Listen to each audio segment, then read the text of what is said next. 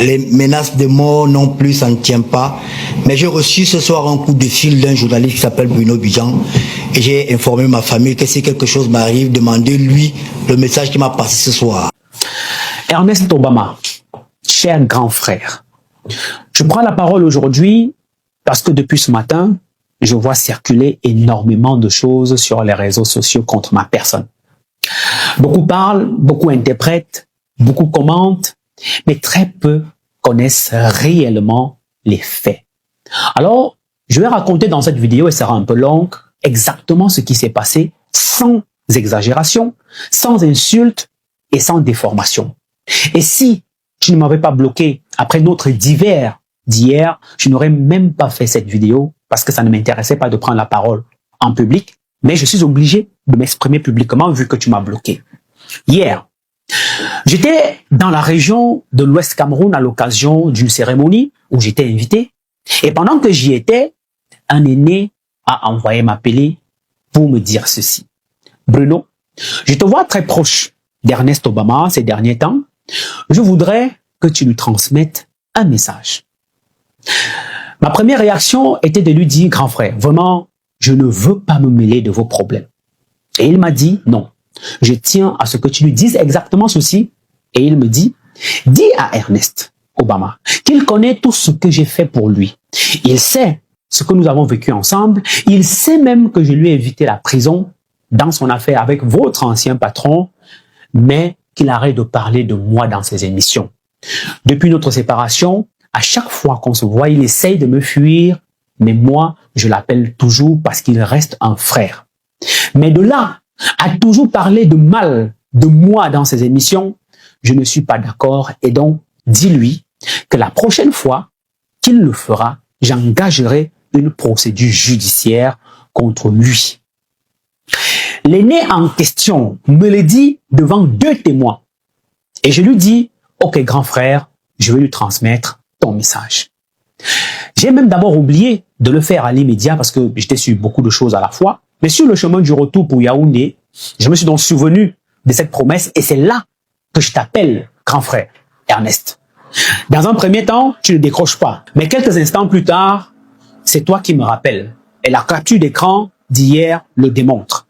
Tu me dis, gars, c'est comment? Je sais que quand tu m'appelles, il y a la Joconde. Bon, la Joconde, c'est un peu pour dire qu'il y a un petit business, c'est notre langage quotidien.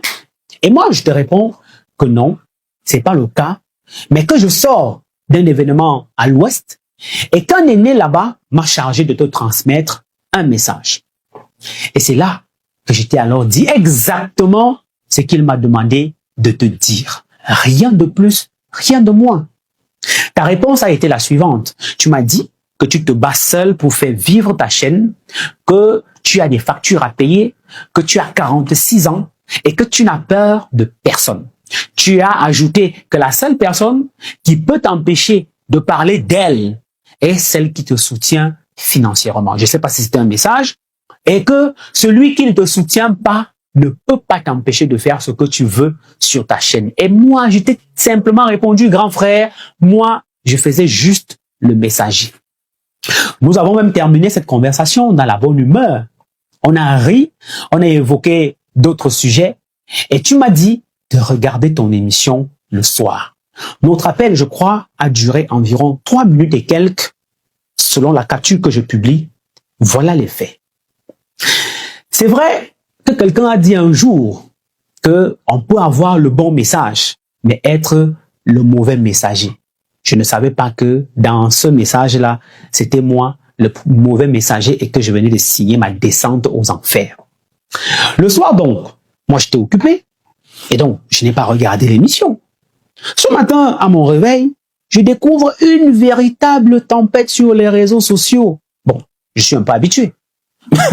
Je reçois des centaines de messages, des appels, des captures d'écran et un extrait vidéo dans lequel mon grand frère, toi Ernest, tu dis qu'un journaliste, enfin tu reconnais que je suis journaliste, du nom de Bruno Bidjan, t'a appelé pour te menacer de mort et que tu aurais appelé ta famille, que si quelque chose t'arrive, qu'on lui tienne pour responsable.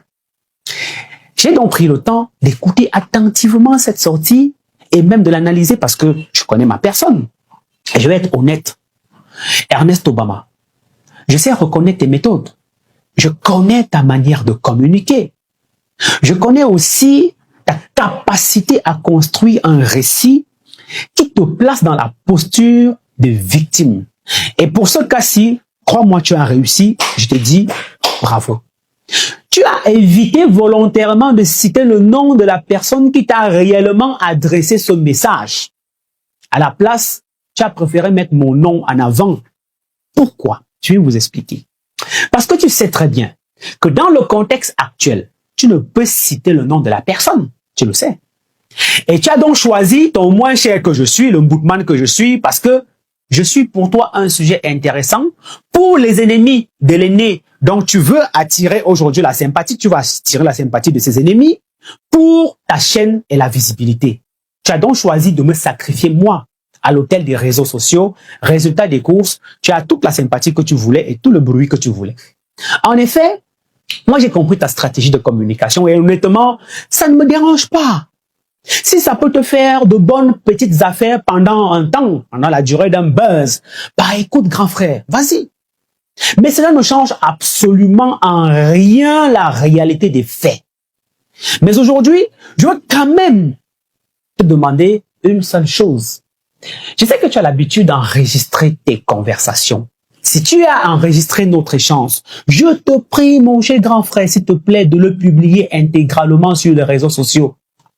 Je dis bien intégralement, afin que les Camerounais écoutent eux-mêmes le contenu de notre conversation, qu'ils entendent que je ne faisais que transmettre un message qui n'avait rien à voir avec la mort, ni avec moi. Ils entendent aussi le nom de la personne qui m'a demandé de te parler. Et qu'ils entendent surtout enfin qu'à aucun moment je n'étais menacé de mort. À aucun moment. Parce que cette histoire de menace de mort n'existe tout simplement pas, tu l'as fabriquée. Mais franchement, qu'est-ce que j'en ai à foutre? Que tu reçoives qui tu veux dans ta chaîne, ça me sert à quoi moi? En quoi est-ce que cela me concerne?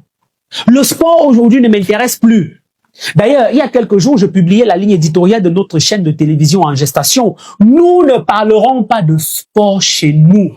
Et c'est pour cela que depuis que la polémique liée au professeur Eric Mathias Onangili est née, tu ne m'as pas vu. Tu n'as pas vu Bidjan parler de ça. C'est pour rester cohérent, logique envers moi-même. Est-ce qu'une polémique pouvait concerner l'aîné en question et je ne réagissais pas? Mais je n'ai pas réagi parce que je voulais rester cohérent. Ensuite, je voulais quand même te rappeler autre chose au-delà, et c'est ce que moi je comprends et c'est le plus important. Nous avons partagé beaucoup de choses ensemble ces derniers temps. Tu connais notre histoire. Tu sais aussi que malgré nos différends, j'ai toujours été respectueux et humble face à toi.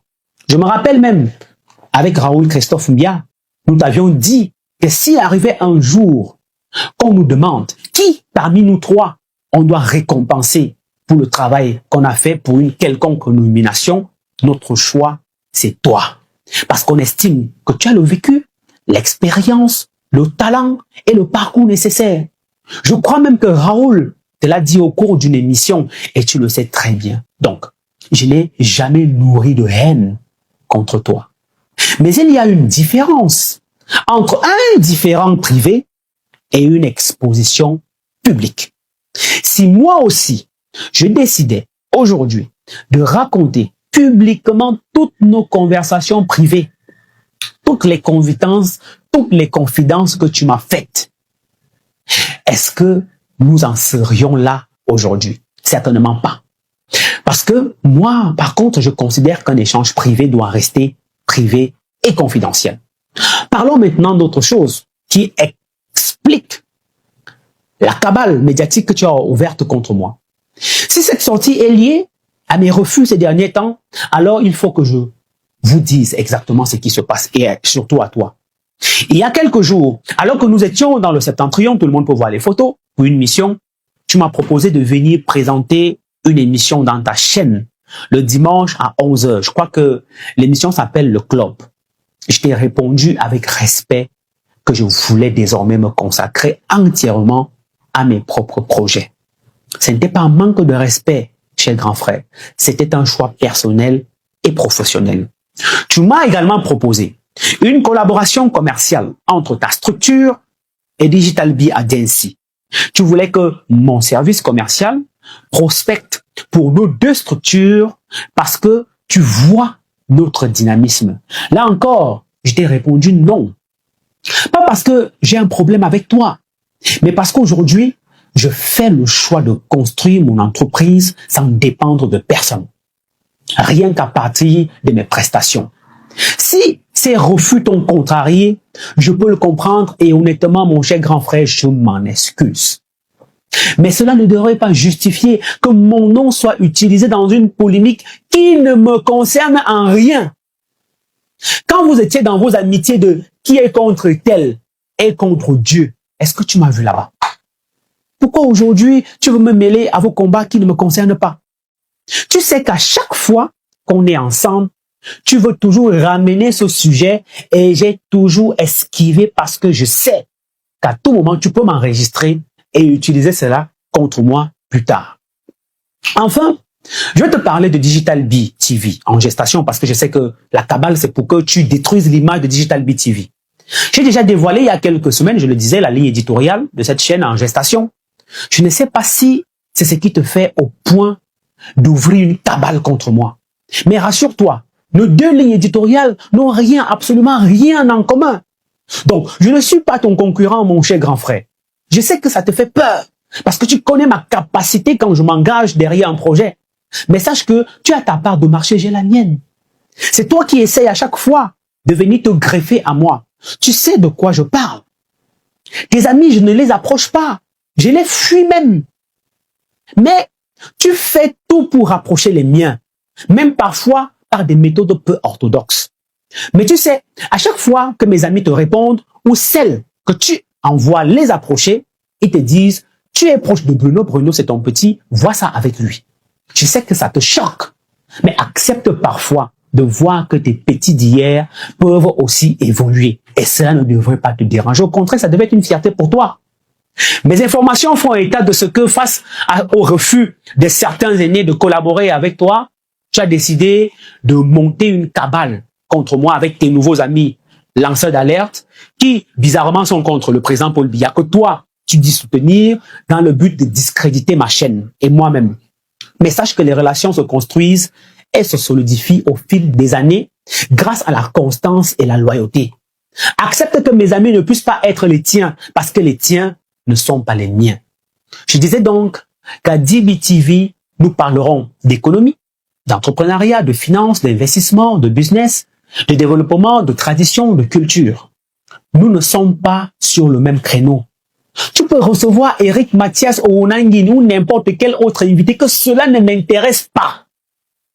D'ailleurs, à B-News, je me rappelle, tu étais allé jusqu'à recevoir une de mes ex sur une de tes émissions juste parce que tu espérais m'abattre. N'est-ce pas, nous sommes toujours là aujourd'hui. Tu fais tout pour que mon père soit avec toi dans ta chaîne, pour espérer flatter ton ego vis-à-vis de moi. Est-ce que tu as même eu un seul jour l'impression que ça m'intéresse? Je ne suis pas en compétition avec toi, cher grand frère. Tu es loin là-bas, moi je suis encore en bas. Mais je construis simplement quelque chose de différent. J'ai également constaté que tu m'as bloqué, ça je l'ai dit, sur tes différents canaux. C'est de ton droit, je le respecte, mais cela montre aussi que tu savais déjà que tu préparais une cabale contre moi et tu ne voulais pas que je te le demande en privé, les yeux dans les yeux. Pour terminer, grand frère, je veux simplement te dire ceci. Je ne vais pas entrer dans une guerre médiatique avec toi. Je préfère me consacrer mon énergie à construire plutôt qu'à détruire. Digital Bee TV verra le jour parce que ce projet repose sur une vision, sur du travail, sur des sacrifices et sur une ambition claire d'une équipe dynamique. Je continuerai d'avancer. Je te souhaite sincèrement de réussir dans tes projets et je reste convaincu d'une chose. Au bout du compte, les faits finissent toujours par parler plus fort que les polémiques. Et les faits restent que, je te prie, grand frère, publie notre conversation d'hier, tu l'as enregistrée afin que la vérité puisse éclater au grand jour. Je te souhaite un bon mariage. Je sais que tu vas te marier dans les prochains jours. Je te souhaite une bonne lune de miel. J'espère que dans cette lune de miel, tu seras en phase avec ta conscience d'avoir jeté un petit frère à la vindicte populaire juste pour t'attirer la sympathie, juste pour avoir la visibilité et pour espérer saquer, saboter et saper son projet à venir tout simplement parce que tu n'acceptes pas que ton petit frère également que je suis puisse monter une boîte qui fonctionne très bien. Continue dans ta cabale avec les Boris Berthold et autres, ça ne me dérange pas. Je te souhaite plein de succès. Les amis, j'espère que vous avez vous-même écouté. C'était juste pour partager la réaction de Bruno Bidjan concernant ce message de ce matin. Vous avez suivi ça dans la précédente vidéo et également maintenant au début de cette vidéo-ci, un message qui lui avait été transmis par Bruno Bidjan et là, c'était sa réaction. On se retrouve dans un autre tour les amis. Je vous reviens avec la liste des Lions pour la CAN 2026 au Maroc. On est ensemble. Ciao.